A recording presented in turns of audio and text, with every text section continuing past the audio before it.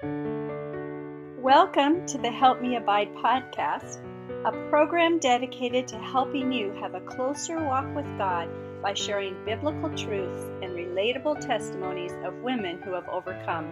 Whether you're a seasoned believer or just starting your spiritual journey, this podcast has something for you.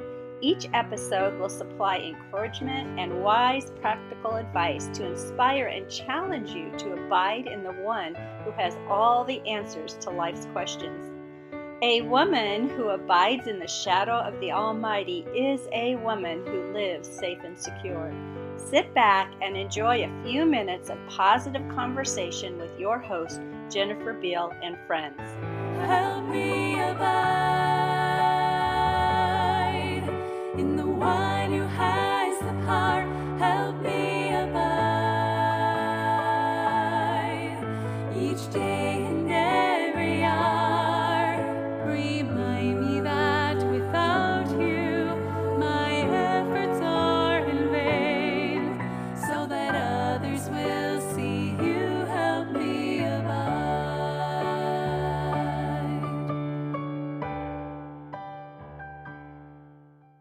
Welcome to the Help Me Abide podcast. Today's episode, we are thrilled to have Katie Malucci as our guest. Katie is a faithful missionary who has dedicated her life to serving the people of Bulgaria. She has been living on the mission field for over 20 years, working tirelessly to proclaim the gospel to the Bulgarian people. Through her family's ministry, over 2 million homes in Bulgaria have been personally given a John and Romans, along with a gospel tract. Katie is soft-spoken and would never clamor for attention. Instead, like Mary, she ponders things deeply in her heart. I personally loved having this conversation with her. The more I know her, the more I admire her. She has 13 children here on earth and 5 babies in heaven. Join us as we learn more about her inspiring journey in the incredible work she is doing to help those in need of Jesus. Welcome, listeners. I'm excited to introduce you to Missionary to Bulgaria, Katie Malucci. Katie, welcome to the Help Me Abide podcast. Thank you. Thank you for having me on.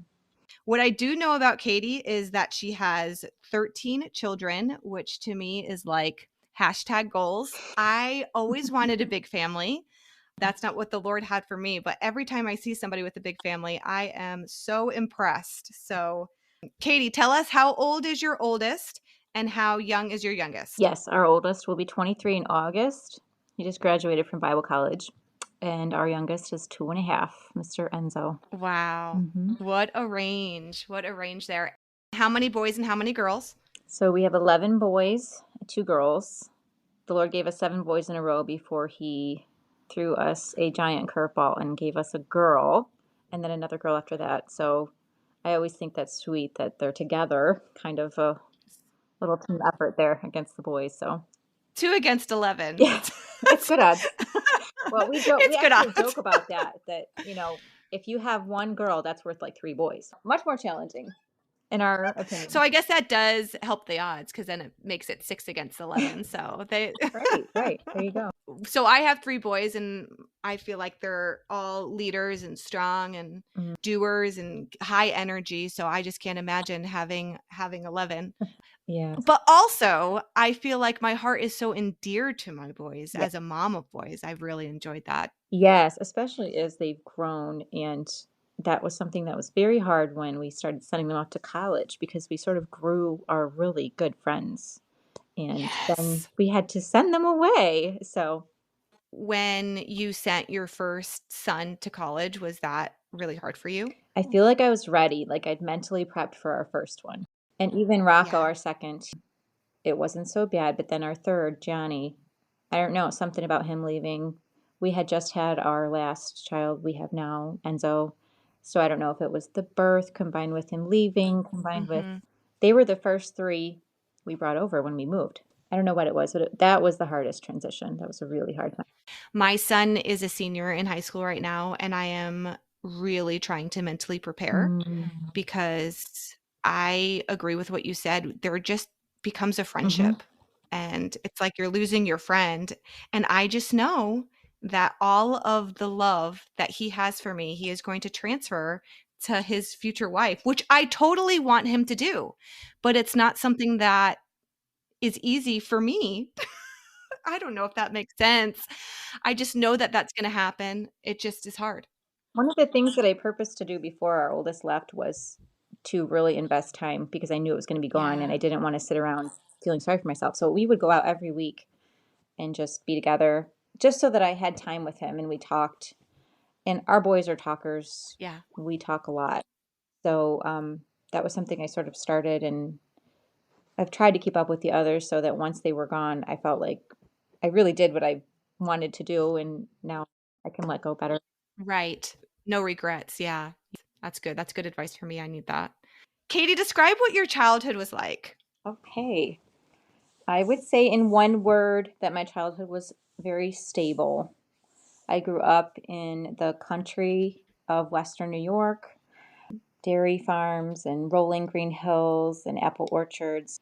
When I was about 4 years old, we moved to the church where I was all of my years. When I was 6, we moved to the house that I was in until I got married. So it was just a really stable setting. The Bible is my foundation. I knew that Jesus was the way to salvation. Those were never questions in my mind. So when I was 5 years old, I was ready and willing to accept salvation when the little primary teacher there, invited us to go do that. Mm. And so I did. I got baptized when I was either 5 or 6, I can't remember. My father, who is in construction, actually helped build the new building when we started needing a new building. So that was a pretty special memory. We went and laid the floor plans together, and then that was the building that I spent most of my time in, where I got married. And so just a really stable upbringing. When I was 14 years old, that was around the time where I really began to consider what God wanted for my life. And I believe it was around that time where I just fully surrendered my life to God. And then that was the time where I really started to get to know God on my own. My family, we were faithful churchgoers. We've all accepted Christ as far as I know. But the majority of them really didn't decide to live as Christians. So this was something I sort of stepped out on my own, not knowing I was stepping out on my own to do it. But I wanted to know who God was, and I wanted him for myself, and getting out alone and being with God, my Father, my Savior, and getting to know him on my own.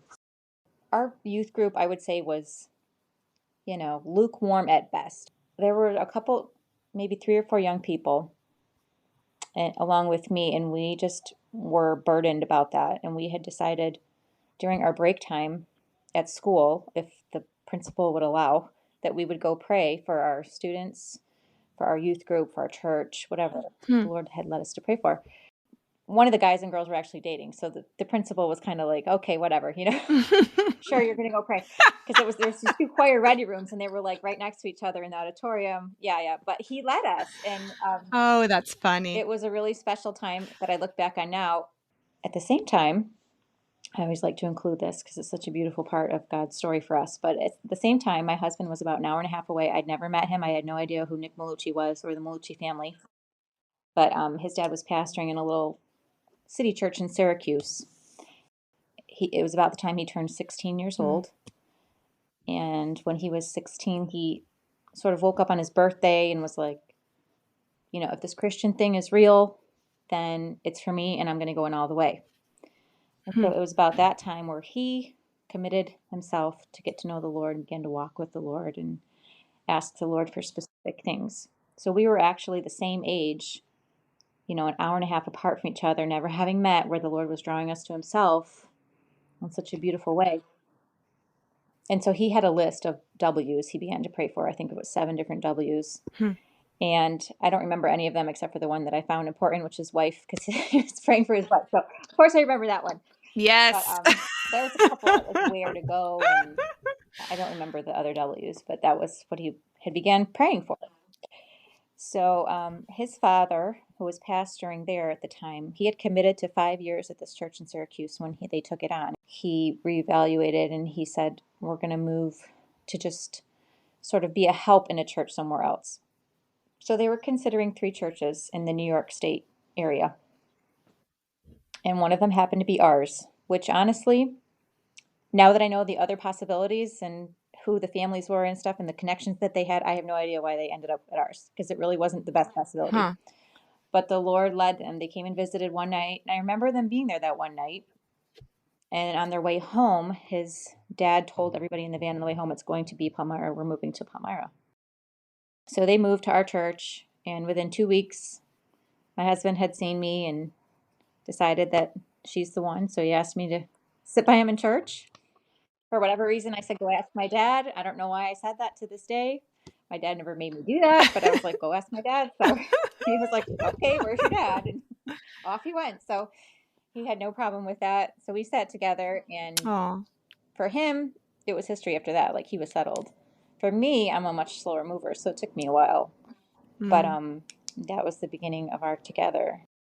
I find that to be a huge answer to our prayers because Wow.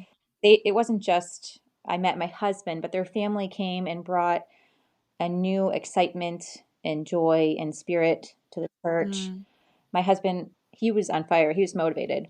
So he came in with a fire, and it spread to our youth group, and to the point where they were having all-night prayer meetings, the young men.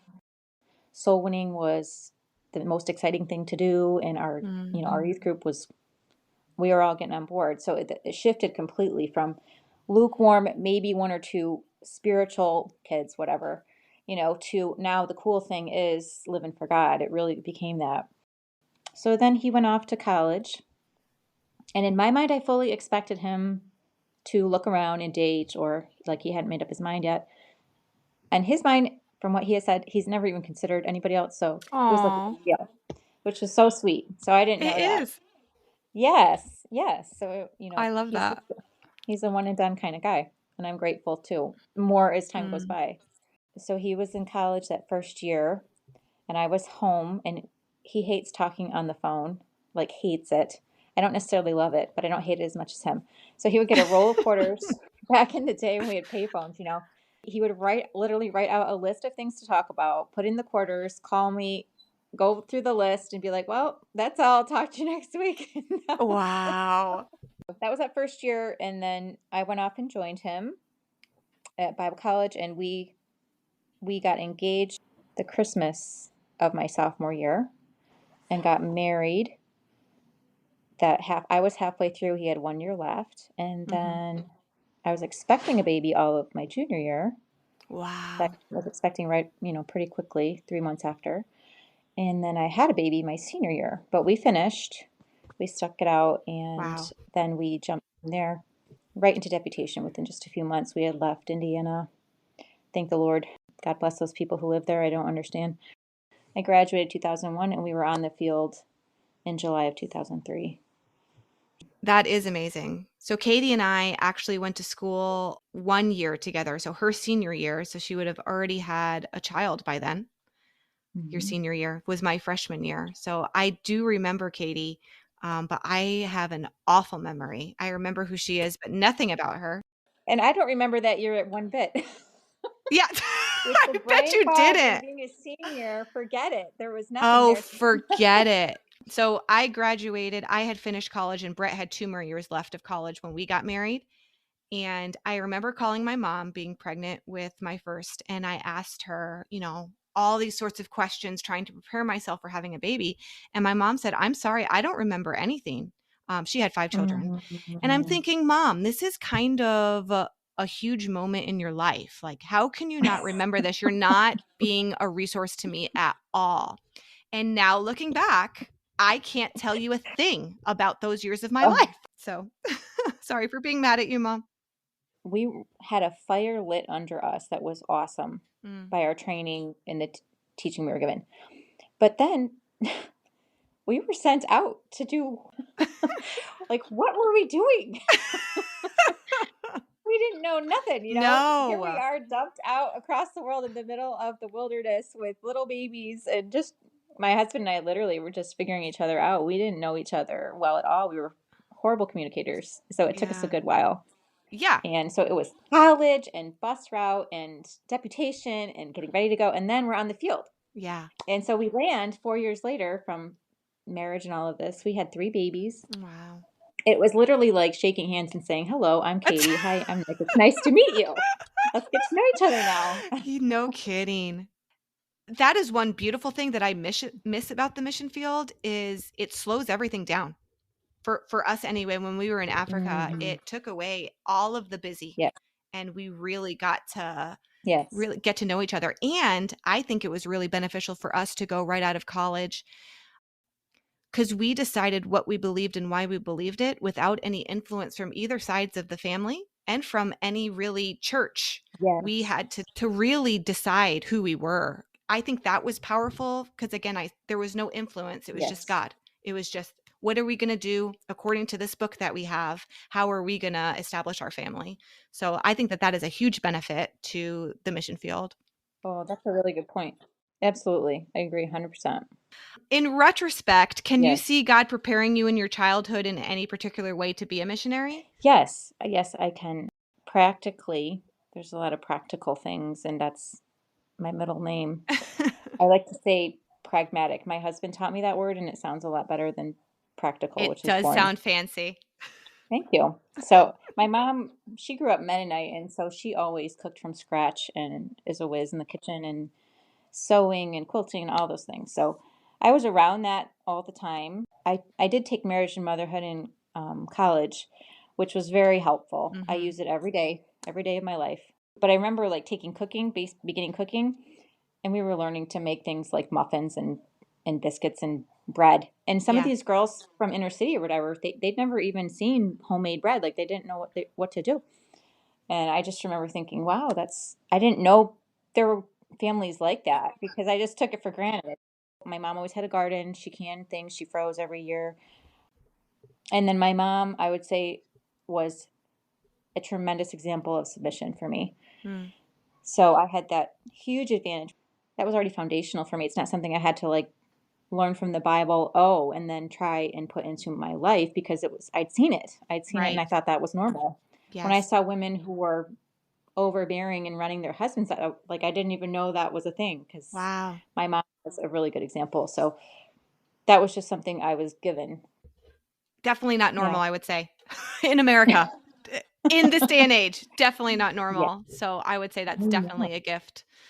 I had traditional schooling, which I look back as being a blessing because I homeschool our children. Mm. So I wasn't necessarily, I'm not a teacher. I wouldn't call myself a teacher, but and I didn't take teaching in college. That was one reason I didn't take it. I wasn't really interested, but the Lord has had me be our children's teacher for many years. So I have Yeah. you know, I've had that foundation. And then I think just being stable, the stability I grew up with. My husband travels a lot. He's had many opportunities to be in other countries with other missionaries. For years, our ministry brought us back and forth to Turkey all the time. Oh, wow. Um, and then now their work takes them around the villages of Bulgaria every month and on the weekends. And so he's gone a lot back and forth. And for most of those years, I needed to be home with babies, keeping it going, keeping the home fires burning Right. literally. So that wasn't hard for me. I don't need to be out and socialize. I'm not a socialite. I didn't need to be busy interacting with people here and there because of my upbringing. So I know those are things that God put into my Oh, training for sure. for His purpose. Yeah. I love it. I love when you could see the threads come together. Once you're living your purpose, then you could see, oh, Mhm. this is why you did that. And this is why you did that. And I love to look back at that. Yeah. I think that could be very powerful. Mm. Explain how God convinced you that serving on a foreign field was his will.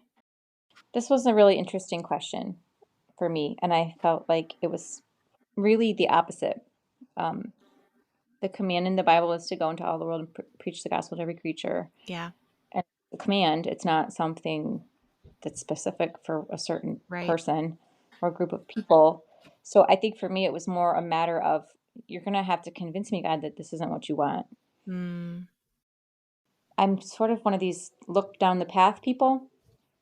In the 80s, communism was the threat and Russia always on the horizon. So I think that's one reason I would always think of Russia as a missionary and cold, dark blocks and all the things that we would hear that were so bad about it. which actually Bulgaria is not far removed from that. So that was like what my vision of being a missionary was. It wasn't ever Africa or China or South America, any of those countries or that kind of climate for some reason. And I guess the Lord did that for me. But for me, it was a matter of fighting the surrender to my comforts and my flesh and wanting the ease and security family that America would offer. Like, it sounded good to stay and be a pastor's wife or to just work in a church somewhere. So those were the things that I fought and finally surrendered. So when did your husband decide that he was going to be a missionary? So not long after his 16th birthday, he was invited to a youth conference in Oklahoma. Brother Vineyard had a youth conference down there every year. And he didn't have the money to do it, so a friend of his paid his way. And he heard a man, Brother Benel. He had just been to Russia and the Ukraine, and the curtain had just fallen. And his sermon was all on the fruit is ripe, ready to pick. The harvest is now, and we just need to go and get it. It's ready. And he was spot on, by the way. He was spot on. He was right. The Mormons went in, they were ready. A lot of the other sects went in, and they were ready, but we were not. So we missed a lot of that. So that was when my husband surrendered to the mission field. At the time, he was thinking Russia. But in Bible college, he took missions courses. Brother Doug Caleb taught at that time, and he was going through countries of the world. He just went through alphabetical order. That's what it was. So he had started with A, and when they got to Bulgaria with the B's, that whole class, my husband couldn't control himself, and he just knew that was the place he was going to go. Wow. So we were engaged at the time. So he came and told me after, like he was really excited. He came and sat me down on a bench. He's like, "This is where we're going to go, Bulgaria." And I'm like, "Oh, great. Where's Bulgaria?" Fantastic. Like, Exactly. I've never heard of Bulgaria. So he literally got a map out to show me, like, this is where we're going to go. So from then on, that was our direction. Yeah. To me, it's nice that God makes it so clear. And when God makes it so clear, like you said, yes, we'll fight against our flesh that wants the comforts and the securities, but the ultimate decision we have is, are we going to surrender or not? God's made it clear. Are we going to surrender or not? And he's been so good to give me specifically things like that through my husband. Yes. Well, thank God, because I can hold to that when everything else is turbulent around me. Exactly. So. Absolutely. I absolutely agree. And I held to that a lot when we were in Africa. I didn't understand, or I was struggling. I could say, I know God wants me to be here right now. And whatever happens, happens. That is definitely a security that the Lord has been gracious to be clear to us in every place that we went. So I'm definitely grateful for that.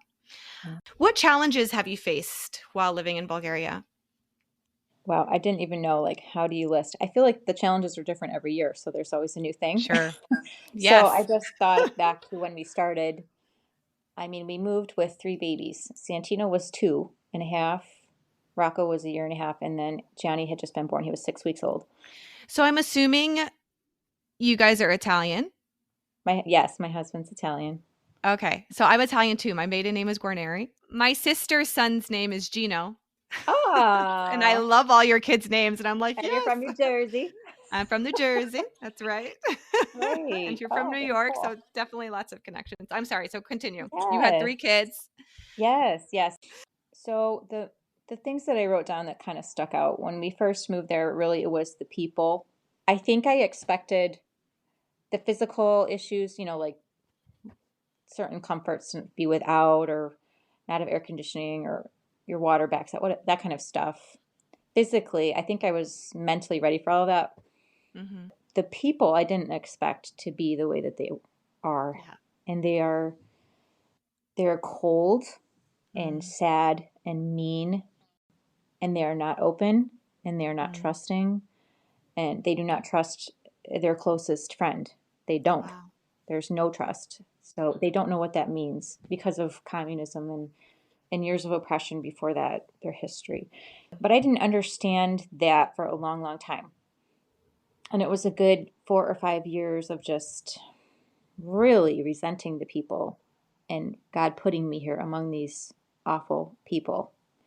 I think it was a missionary had told Becky Martin when she moved You will at first love the Filipino people very much, and then you will dislike them very, very much. And then Yes. you will learn to know them Yes. over time. Mm. And I don't know that I ever really liked the Bulgarian people very much. Like, I didn't Wow. go through that Yeah. first phase, Yeah. but over time, I have learned to understand the people, why they are the way that they are. And then my biggest breakthrough, I think, finally came when I learned to stop taking it personally.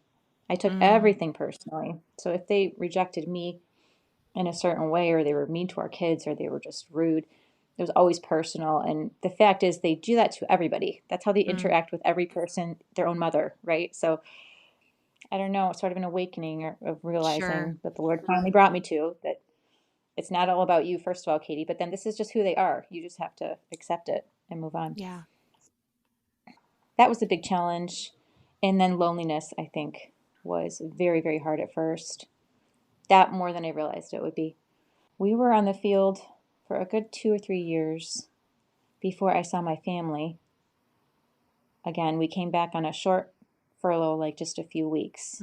But during that first 3 years, I remember when I would go to the Lord and just cry, and my loneliness, what I would be thinking about was my parents and my husband's parents not seeing their grandkids, and them not knowing their grandparents, and all of the things they're missing out on, and just all of these expectations in my head that had built up.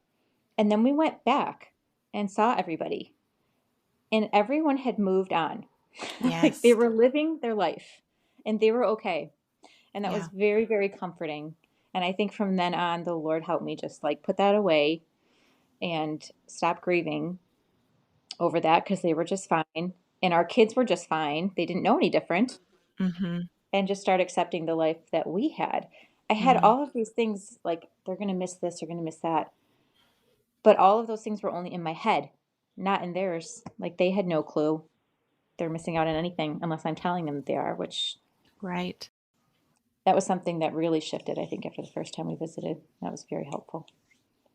Definitely. I think I have the same personality where I worry for other people. I want them to be happy. And then my husband has to constantly remind me, Jennifer, that's not your job. And two, God gives us the grace that we need in our Yes. time, and God will give them the grace that they need, but I can't have grace for them. So, yeah, I think that's personality, because my husband does not have that Yes. personality at all. He does not understand that about me, but I'm glad that he has the wisdom to shake me out of it. So, Yes. My husband does the same thing. And I think in my mind, a lot of times too, it's sort of a control thing. Like, I have yeah. control over what's going on, and now I don't. So I have to be in control of their actual emotions that are going on in their minds. Like, Right, which is absolutely so, impossible. right. Which is ridiculous. So just let it go, Katie.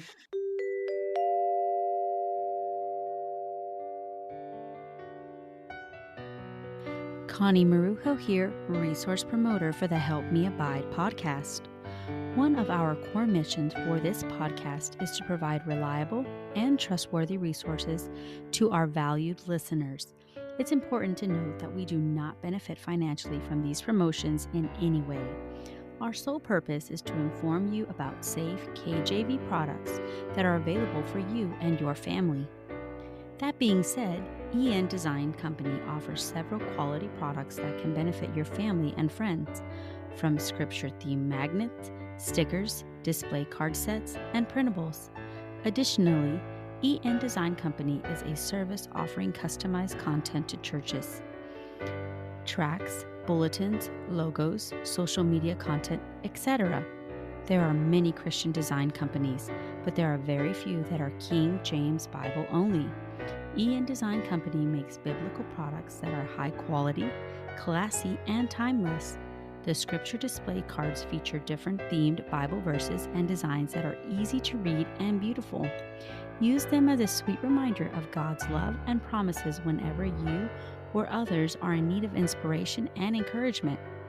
Go check out their Ipsy shop. The link will be in the show notes or on our webpage, helpmeabide.com.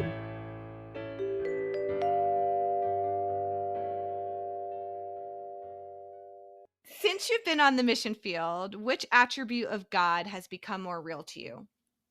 So I wrote several. And then as I thought about them, I thought these are attributes that the Lord has shown himself over seasons. So I feel like he's always revealing himself in new ways. My friend, my strength, my deliverer, my hope, my truth, my security. I knew God as my savior, but I really couldn't comprehend him as my own father. That was a huge struggle for me to understand him as a father, because the father figure for me was skewed quite a bit. My father took good care of us. I don't want to disrespect him for what he did for us, but we didn't relate. And the relating that we did do, in my mind, was very much based on my behavior. So if I was good, I was accepted. If I wasn't, I wasn't. And then somewhat the church setting I grew up in as well. It was very fear-based, duty-minded. So if I was good, in my mind, I'm not saying that everybody felt that way. Sure. In my mind, because I'm a fear-driven person naturally anyway, it just became my understanding of God. And so over time, he's been very patient and faithful to bring me through some really difficult seasons and some kind seasons, some restful seasons where he shows me these different attributes of who he is, and then lets me rest in them. And it's a beautiful thing. So a friend of mine told me, she said, God is a really good supplementer. So if we can look back on our upbringing and think, well, I didn't have that, and I didn't have that, and I didn't have this figure in my life other people have had, so this is why I'm the way I am. But I don't think that that is a valid excuse. I think that God knows all of that. Yes. So to create ourselves as victims is really a slap in the face to the Father, who can be all of those things for us. Yes. And I've had to learn that. So God as my Father is something that I feel like I'm still learning and growing in, still learning his complete acceptance. Yeah. Because the Father doesn't look at a child and have levels of good and bad. You're my child. Like, that's it. Right. Done. I might be happy with you right now. I might not like you at the moment, but I love you, accept you the way that you are. And yeah. That was very hard for me to understand through the years. So yeah. So I had the opposite experience, which I think the enemy will use any experience to mess you up. So yes. I had a really fantastic father who was a great example of our Heavenly Father in every way. And then I married a really fantastic man who was an amazing father to our children in every way. So my struggle was needing God at all. I didn't need God because the men in my life were filling all of the security, the safety, the love, the protection. God had to strip all of that away. And he did that through me having a special needs child and Brett totally not understanding, and not to his detriment. I mean, there's no way that he could understand, like we're talking about the female emotion. So I had nowhere to go. So God knew what he was doing there to strip all of my security away and to realize that I was putting all of my faith in man. I actually feel like that's exactly my testimony on the other end. My husband became this pillar, and because I was so needing and wanting acceptance, approval, and security, all my eggs were in that basket. And it was like, that's a really huge bill to fit. Like, you can't give somebody that to try and live up to. That's insane. But in my mind, he was all the things that he was supposed to be, and I wasn't. So I had to live up to this. Come to find out, and he likes all these other people too who are not doing any of these things that I'm doing. So where is my value? And I had created a life where my value was what I did. Yes. And I didn't understand the value of who I am to him and to my Savior. So interesting that you said that. That's exactly where God brought me to, where he stripped me to the very last possible escape of this is, I'm going to be rescued when this happens. And he had to be the only thing that could fill the gap, the only thing. And I remember the day I got to that point, and my mother ended up calling her that day, or my mom wasn't one I ran to for spiritual things, but for some reason we talked that day, and she said, "But Katie, the Lord is your shepherd." And in that moment, I realized, no, I haven't been making him my shepherd. Right. So that was Yeah. a very good day in my life, though it was probably the worst day of my life. I That's, totally agree. It was the yes, worst time of my life, but the best time of my life. God designs the specific trial that you need. It's different for everybody. And those were very, very, very lonely days. Very yes. lonely days because nobody understood. But again, it brought me to God does understand. He's Emmanuel, God with us. I remember crying out to the Father and telling him that, where are you? I don't know Yes. where you are. Yeah. I can't feel you. Yeah. I can't sense you. And I knew that I had in the past. I Mm-hmm. knew he was there before. Yeah. Yeah. I didn't realize how far I had strayed from you are everything to, Yes. oh, you're not everything. I need this and I Yes. need that. And you didn't come through for me here. So, so it was quite a stripping. And I feel like he had to be silent so that I realized how much I needed him and that he Yeah. was everything. Yeah. So, It was extremely humbling because I thought, like you, I was work-spaced. I was doing everything right. right. So how come you're not there? And how come you're not talking to me? It was like 2 years of silence for me. Job, I really related to him because Oh, he I had did all too. I lived in Job. And I yes, would tell I people lived in that Job. after, and they were like, I really don't like Job. But I was like, oh, that was like the best book for me. I would read it Yes, me constantly. Job too. and the Psalms. It was Job and the Psalms. And that was like my Yes, lifeline. I just, yes. And then slowly he started talking to me. I think once I got to my bottom and I surrendered and I said, you know what, I can't do this. I need you. And then he started giving me value, I guess. The song would come to my mind, He Knows My Name. I would think he knows that all the hairs on my head. And I started realizing that God loved me, like you're exactly what you're saying, for who I was hmm and not what I did. Now, faith without works is dead. We all know that. right, We still need to do work, right, but that's not the value. right. I do the work out of love for him, not out of if I do this, give me a blessing or I'll merit your favor. The pressure was gone, right? The pressure The left. pressure was Yeah, gone. Yes. yeah, I get it. Oh, it's exciting to talk to somebody who I feel like went through the same exact thing that I did. Mm. It's almost actually a little bit weird, but I actually just wrote, you were saying faith, and I wrote that down for one of the points that faith is the action of our belief. So it's not like we get an yes. out because, oh, I'm accepted and beloved, but it just Yeah. motivates us to go do it more. Well, you are all that matters. So I Yeah, definitely it does. have a reason even more now to do everything Yes. you'd have me do. So Exactly. If you love me, keep my commandments. yes, I love you so much. I want to do what you want me to do, just like yes, your husband. Like I want to please him because I love him, not yes, because he's going to give me a trophy at the end of the day. yes, Just yes. a different level for sure. Okay, sorry. Very I good. talk too much. It's so good. Um was there a specific time where God's fatherhood provided comfort and security in times of difficulty or uncertainty? Yes. I wanted to tell a story here for that one about one of our sons, our oldest son, actually. So, you were in Africa for a time. The medical part of the mission field, Mhm. definitely scary. So, here it's not much better. So, when our son Santino he was 13 years old, and we had just had our watch night service, and he preached his first sermon. And I was like 7 months pregnant with our 10th son. All of a sudden, Santino was sick one day. He was like throwing up.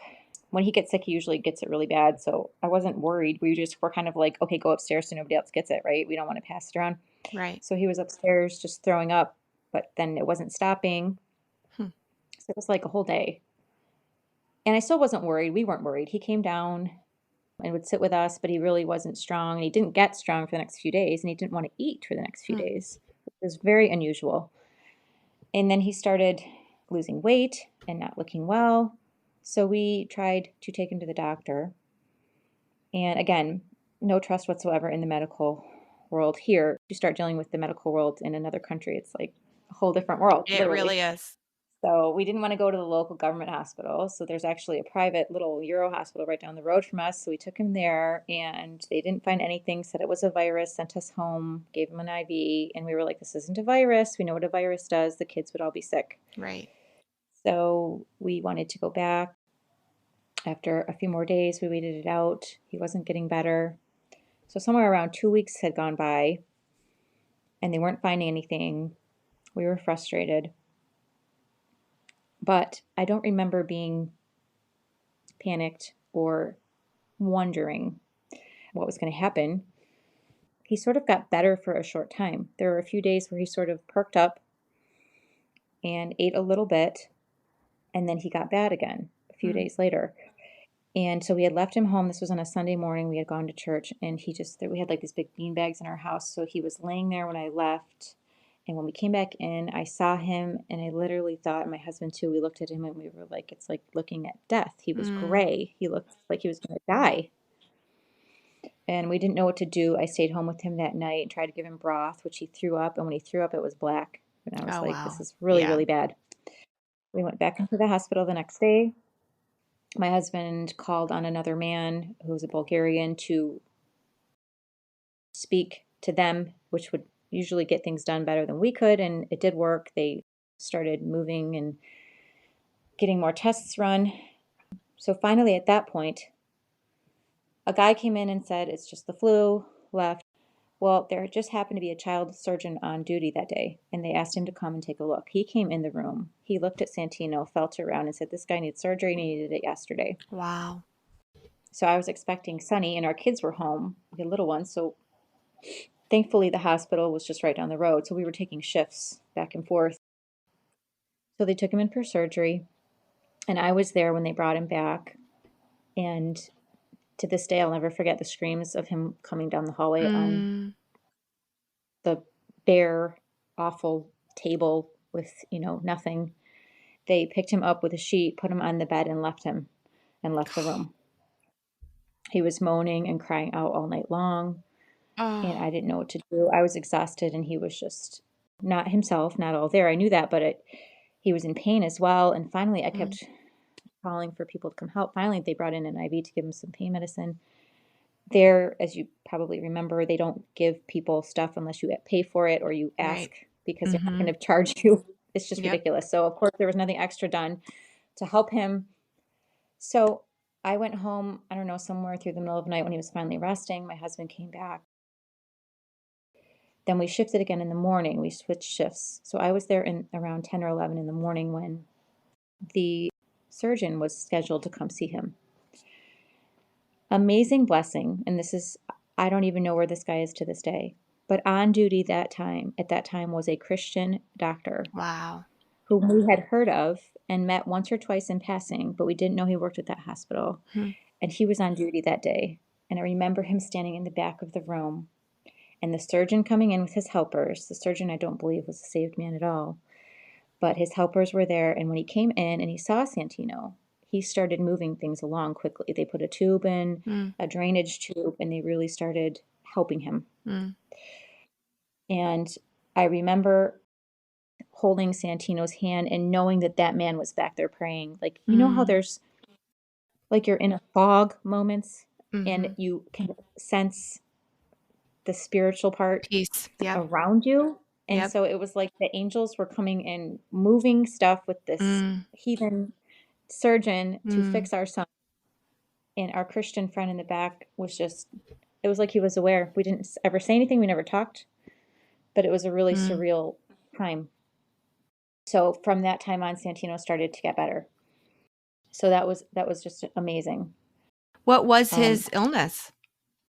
He was diagnosed with appendicitis, which had burst. And when it had burst all throughout his abdomen. But the first time it burst, it naturally seals itself off to keep the infection. So that was the period where he had seemed a little better, but he actually wasn't better. And then it had opened again. So, and this was our surgeon's words later. He said, I went in, he had done the first cut. I went in and something told me to feel around in there. Wow. He was just intending on taking out the appendix. And when he felt around, he realized there were abscesses all over. And so he opened the rest of them up and cleaned it out, and he saved his life. Wow. So it was all the Lord. Yeah. It was all the Lord. And so there were two really amazing things of that whole time. First, I look back, it was as though the Lord had given this cloud of grace that landed the day Santino got sick. And I remember the day where I felt like, oh, it's gone now. There wasn't panic. Nick and I weren't at each other's throats. Everything was just a smooth, steady, the Lord's grace bringing us through that for some purpose. And that was amazing to be a part of and know he had done that.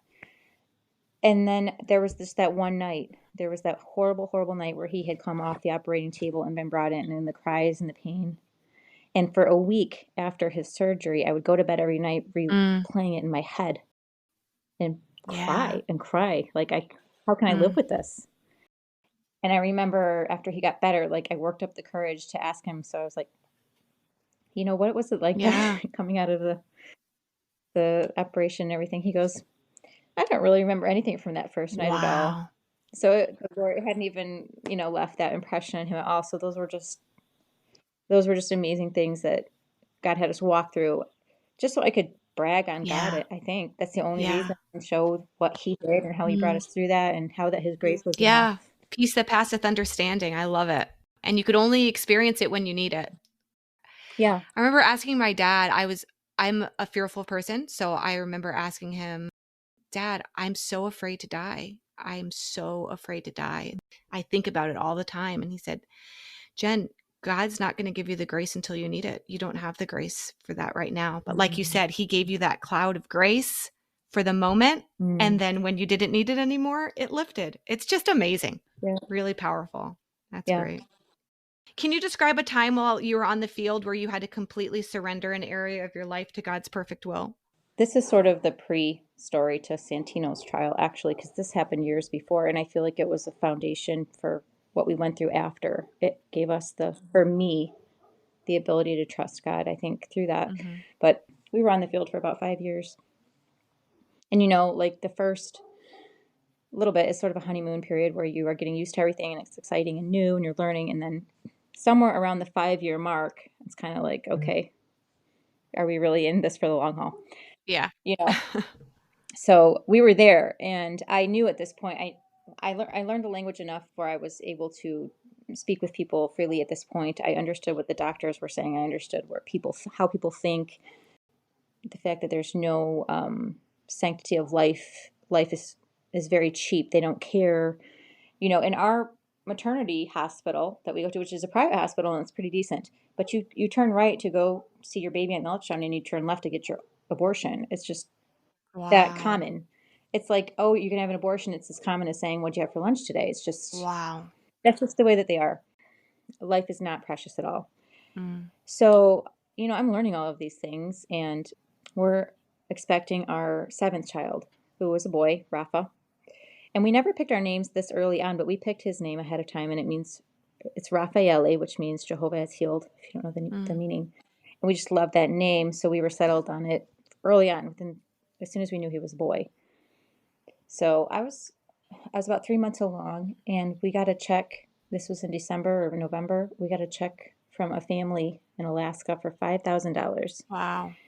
Yes, out of the blue. And we had no big, ministry push coming. Usually if we got money, there was a purpose. We knew God provided for this specific reason. And this one we were kind of baffled. We were like, we don't know what it's for.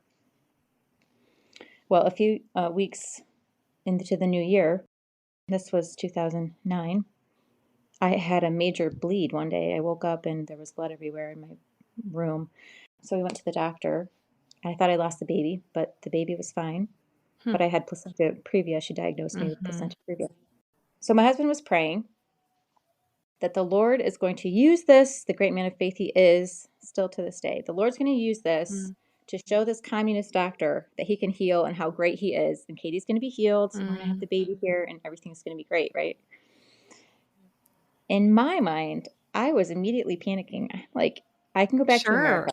I want to be safe. They'll take care of the baby. If placenta previa, of course, I was researching everything and finding all the worst things possible, which you could bleed out. The baby could be born early. They don't have NICUs that are ready for that kind of thing here. Forget it. So, I'm thinking of all the worst case scenarios and the horrible way these people are going to treat my baby and not care for this baby. And they don't know what to do. And they don't, people don't know. Instead of God, he knows. And I didn't want to trust God like my husband. I did not want to. I thought he was being silly, not silly, but almost, illogical. Yeah. Yes, right? So in my mind, I was not telling him this. I wasn't saying it flat out, but in my mind, I was feeling this way. He had a conference he was going to be in March, and that was about how long I could go before I couldn't fly any longer. So if I was going to go back to the States, that was like the cutoff. I could go with him then. We would get someone to stay with the kids, and I would go back to the States and prepare to have the birth there. So we would go back to the doctor every couple weeks and have her check. And every time he was sure that placenta was going to move up. He was just so sure. He was trusting God, full of faith. Telling the people at the church, we're praying for this, and I believe God's going to do this. And I would just be like, okay. I was getting terrified. I was terrified. Yeah. I also am fearful by nature, very fearful.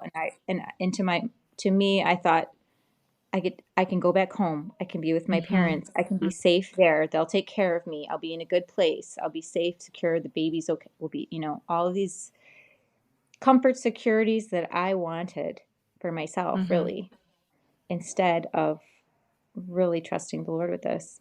All the way up to, I think, week 28, 29. No change. In fact, it had gotten lower. She was actually talking about a C-section possibility if things didn't move. So there wasn't any change. So Nick bought tickets. And around my 30th week or so, I flew with Dominic, our youngest at the time, back to my parents. And his mom and sister came and watched the kids for a time until he got back. And then he was back with our 5 little ones by himself. So in my mind, this was something really, that was going to be really good. I got to America. I got to my parents and made my first doctor appointment and everything. And within a few days, I realized that I had made one of the biggest mistakes of my life. I was at my parents, and it was nothing that I thought it would be. It was horrible. I was not in my place. I was away from my husband. I wasn't taking care of our children. And my parents, they didn't understand our life the way that we believed what we were doing, even though they were happy to have me. So it was everything I thought it was going to be. It was not, and it was horrible. I would go to bed crying every single night. It was so awful. Tell the Lord, I'm just so sorry that I didn't trust you. I know you had wanted me to trust you on this, and I didn't. And I regret it now, but I was stuck. What am I going to do now? Yeah. I'm there to have the baby. So I made my appointment for the doctors, and it was another week before I got an ultrasound scheduled. And so I went to have the ultrasound, and I was probably around 32 weeks. I had a friend come with me, a mother of 13, who was a really close friend. And my mom, she was actually working nearby. She was a nurse. So they were there at the ultrasound. And it was awesome. I got to see the baby in 5D. So they were checking me, and all of our babies' heads have always been down.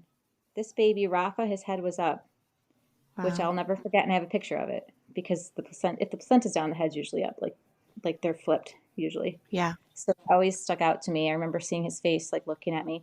So she's checking me, checking. Finally, she's like, okay, I'm going to look at the placenta now. And we're all kind of holding our breath, and she's like, everything looks great. It's all, I don't know what those doctors were talking about. It looks great. She's like, maybe you can talk your husband into letting you stay a little longer. Oh my goodness. You're fine. You're good to go. And I'm thinking, you have no idea, lady. You have no idea. Wow. I was bawling. My mom was crying. My friend was over there watching. And so it was just a beautiful moment. And my husband wasn't ready on Skype when I got home. He had stayed up till 2 a.m. So he got on. He's like, so what happened? What did the doctor say? And I said, buy me a ticket, because I am coming home. That's it. So the Lord had to take me across the world and give me what I thought I wanted to snap me back to, Katie, you can trust me. So Raffaele, Michael Malucci, was born on his due date, perfectly fine, with no issues, natural delivery in Bulgaria. Wow. And his name, Jehovah Has Healed, which he'll carry till the day he dies. He also, which is really special, he shares a birthday with his brother Vito. And Vito was a twin, but we lost one of them. God is so amazing. So amazing. Just the little details. That is really special. Great story. What have you learned from the people you serve? Okay, so I've learned that I cannot change anyone. Yeah. It is only the work of the Father that can. Yeah. So many times I tried to change people's circumstances, or, when we first moved, it was so much sympathy for what they have to live with. My approach in my mind was, if I can get them out of this situation and put them in this situation to have all the things that I had, spiritually speaking, that's all they'll need. But obviously we can't change man's heart. Yeah. So it Yeah. was a huge turning point for me and very relieving as well. Right. Mrs. Goddard, she's our pastor's wife, and she just recently did a bridal shower, and she mentioned the quote, "People don't change people, love changes people." And that really resonated with me because God is love, right? So it's all encompassing quote that we could love them, but God's going to Yes. have to do the work. So yeah, that's great. Great truth. What advice could you offer for those considering missionary work or looking to make a difference in the world? Something we told our boys through the years is to stay open, humble, honest, and teachable. Mm, And then God can be trusted. I wrote that down. But yeah. only He can be trusted. So to survive on the mission fields, I feel like you have to come to the place where you stop trusting everybody. Yeah. And it's hard to get to that place because we are very trusting as Americans. We're kind, gracious, trusting people, but the rest of the world is not. So you have to come to a point where you're like, you realize people can't be trusted at all, but that you also realize God can be trusted. So, Yeah. and then the last thing was, it's definitely learn the language. Learn the language. It doesn't matter where you go. It doesn't matter if they speak some English. I really believe you cannot know the people and who they are until you know their language. So it's Yeah. really important to us. Yeah, I agree. And the people in Africa, I don't know how Bulgaria is. I'm sure every country is different. They lifted you to a certain amount of respect when you learned their language. When you made effort to come to where they were, that meant something to them. Our podcast verse is Psalm 91:1. He that dwelleth in the secret place of the Most High shall abide under the shadow of the Almighty. What verse has helped you abide in the secret place? Romans 12:1-2 is one of my favorites about being a living sacrifice. Mm-hmm. And the part where it points out that it's a reasonable Yeah. sacrifice. It's not something like above and beyond. This is just the reasonable thing to do, is to be a living sacrifice. Right. Lamentations 3:21-23 has been a great comfort for me through the years. This I recall to my mind, therefore have I hope. It is of the Lord's mercy that we are not consumed. Yeah. Those are favorites. And then Isaiah 44:10, which is fear thou not. Mm. Is that right? Fear thou not, For I am with thee. Yeah. Be not dismayed, for I am thy God. Mm-hmm. And I noticed, I looked it up, and you probably heard this before too, but how many times fear not as a command is in the Bible? Yeah. Which 365, right? Yes, one for every day. And I need it every day. Yes, absolutely. Yeah, So, love it. That's great. Other than the Bible, what resource has been the most helpful to you in your Christian walk? well, I would say preaching. Yeah. And I think God made that very important to me in our first couple years. We didn't have a church yet. My husband was picking up the language. There literally is not a good church to go to here. So Mm-hmm. we were on our own in the wilderness. Wow. But somebody somewhere from First Baptist, they sent us Nice. 2 cassette tapes of 2 different preaching sermons every week. Awesome. So that was my meat every week. I would Yeah. play those tapes. Yeah. And when we started our church, they stopped coming. So interesting. So Wow. the Lord sort of put an emphasis on that for me. Preaching does something for me, and it's biblical through the Mhm. foolishness of preaching. So, yeah, Yes. perfect. Yes. Do you have a favorite preacher that you listen to? We really enjoyed James Knox. Oh my goodness, that's my favorite preacher person. Are you kidding me Are right you now? I serious? can't with you. Most people don't know who he is, so I'm really excited to hear that. Yes, we appreciate him so much. We have every single one of his books. I listen to his sermon every Sunday morning getting Oh. ready to go to church. He's my favorite. He's done some amazing series. There was one on depression he did recently that was Yep. fabulous. Yeah, I just so appreciate his take on the Bible. What I love about him is there's people who are good at preaching and there's people that are good at teaching, and he's good at both. he is definitely exposing truths from the Bible, but makes them practical to our everyday life. I don't know. I have listened to him since I was in junior high. Oh, really? Yeah, he's been a really big influence in my life. And you knowing his name is How just neat is amazing. that? No one knows him. Yeah, we'd only heard about him the last, I don't know, yeah, 5, 6 years, I would say we really Yeah. started hearing about him. Katie, it was so nice to get to know you. I feel like I'm talking to an old friend, although we've just met. It was So very fun. thank you for taking your time to prepare and for doing this out of your comfort zone, you said. So I do appreciate it.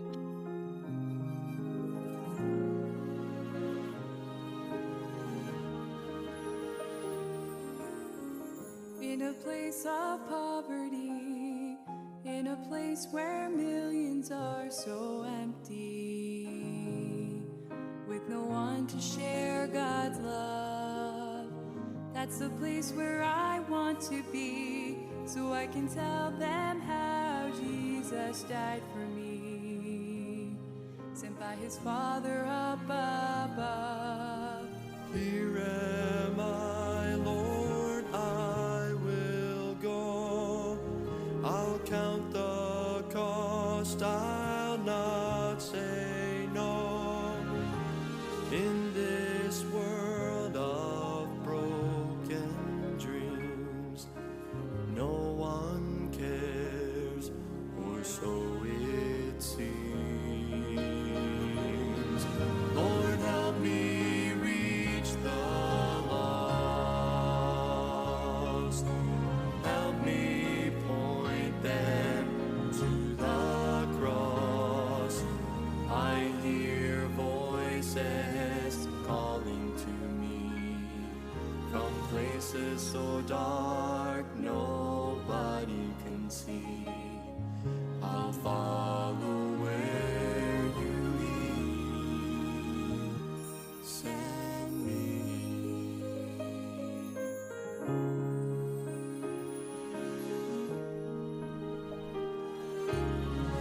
In a place of luxury, and in a church where few seats are empty, with many friends close by, is where most Christians want to be, so they can live their lives most comfortably, while they allow the world to die.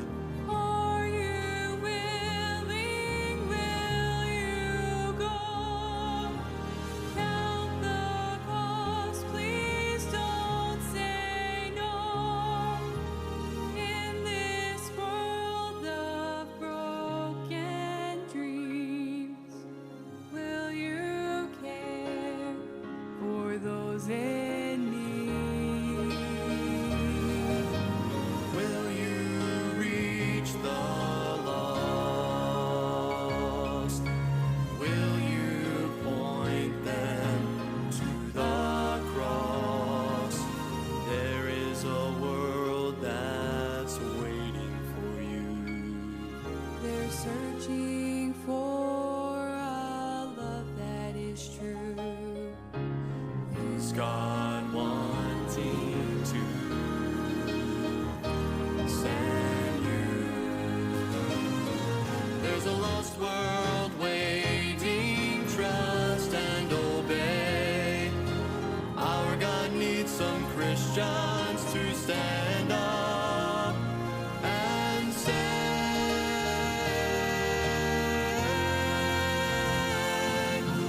we will reach the lost. We will point them to the cross. Many souls are crying from hell, 'cause nobody had the courage to tell. We must finish well, in a place with golden streets, in a place where joy is everlasting,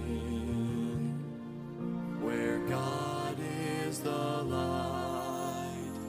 Many faces we will see, because we chose to obey God's calling, and we surrendered our lives. We must reach the lost.